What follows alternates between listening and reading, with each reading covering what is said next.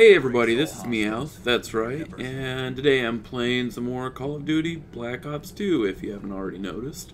I haven't had a whole lot of opportunities to play very many games, period, in the last couple of weeks. Doesn't mean that I'm not playing at all, it just means that I've been pretty damn busy, busy with stuff at work, but anyway, hopefully in the next few weeks I'm going to be getting back into everything. I gotta say, in the relatively limited amount of time that I've been playing Call of Duty Black Ops 2, yeah, it's still pretty low, I've been having a lot of fun. Now, when I first started playing this game, I didn't really mess around too much with Team Deathmatch. I mean, I did play a few casual games here and there, but basically I started out right away with Domination. This is because Domination is like Sector Control, which is what most of you are used to seeing Wallguy or myself play on. Like when we're playing in Medal of Honor 2010, primarily we played Sector Control. Of course, when we started out with Medal of Honor 2010, we probably started out largely with Team Deathmatch, and this is because we were used to playing that in Rainbow Six Lockdown. Rainbow Six Lockdown was a different type of game, so when we moved on to Medal of Honor 2010, I mean, I guess, you know, having been used to Team Deathmatch, that's just what we stuck with naturally.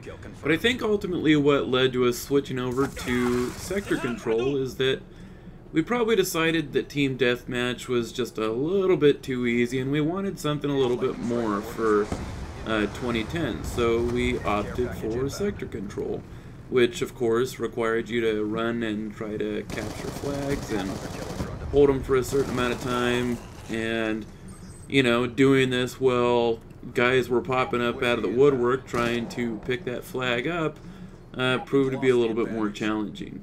So that's probably the reason why I basically skipped over playing Team Deathmatch when playing Black Ops 2 and went straight to Domination, because it was going to be a lot like Sector Control. But,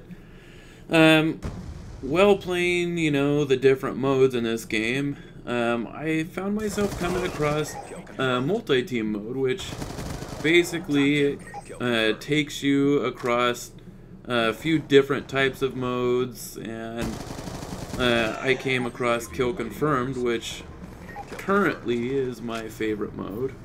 Of course, I know even though that Kill Confirmed is new to me, it's not new to most of the other people who've played Call of Duty. I have seen, of course, when other people put up videos that a lot of times they're playing on Kill Confirmed themselves, and this is long before Black Ops 2. Nevertheless, I really appreciate how many different modes this game has to offer. I mean, you know, for example, Core Division, if you want to call it a division, has 12 different gaming modes for you to play with. Of these 12 different modes, believe it or not, all I've gotten to is 4 different modes, and probably the reason I got to 2 of the different types of modes that I hadn't played for in the past was because of the multi-team.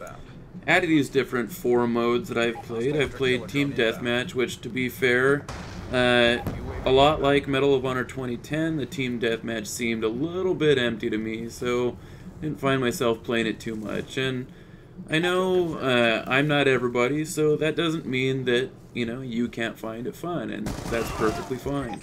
Now, during my little stint playing multi-team mode, I also got to play the hardpoint mode, where I think the hardpoint is a lot like Sector Control, only this time there's one sector, and everybody in the game has to run in and try to get it. So I anticipate in the future this is going to be one of the harder games to play, and because of it, I think it'll be one of the more interesting games. Anyways, multi-team also led me to Kill Confirmed, and I find this mode really exciting, trying to go run after the dog tags and make sure that, you know, our team collects most dog tags. I love getting those confirms, and I don't know if I like getting confirms better or denies, but it's always fun to deny somebody a kill. One thing I've definitely noticed while playing Kill Confirmed is the type of player that I'd maybe call a dog tag camper, where he doesn't ever actually go for any dog tags, but he shoots all the people around the dog tags and never really picks them up. So he's not really an asset to anybody's team because you know, as you know, you have to pick up dog tags to win.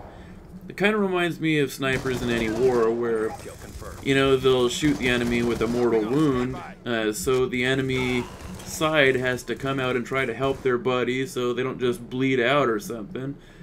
And as the enemy comes out to try to help the downed man, the sniper is busy sniping away, and basically he's using the wounded guy as bait.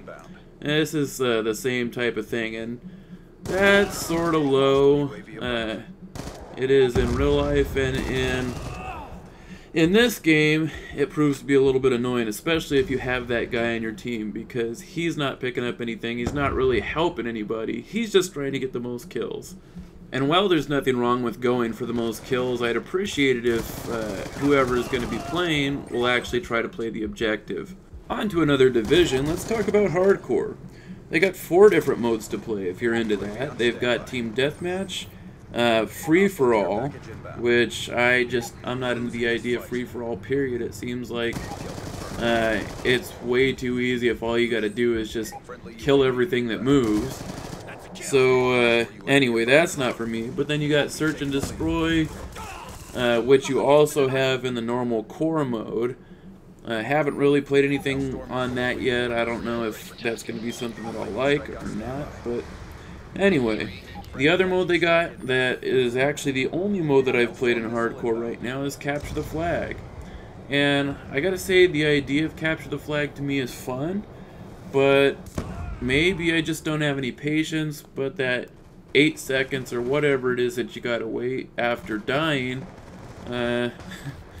maybe it's just a little bit too much for me to wait. And probably if I was a guy that liked to sit and watch the kill cam after I died, that 8 seconds wouldn't seem like much because it'd be basically done by the time I got, you know, done watching the kill cam. But I don't like to sit around and watch that. I'm not really terribly concerned about where I died from because I usually know where I died from.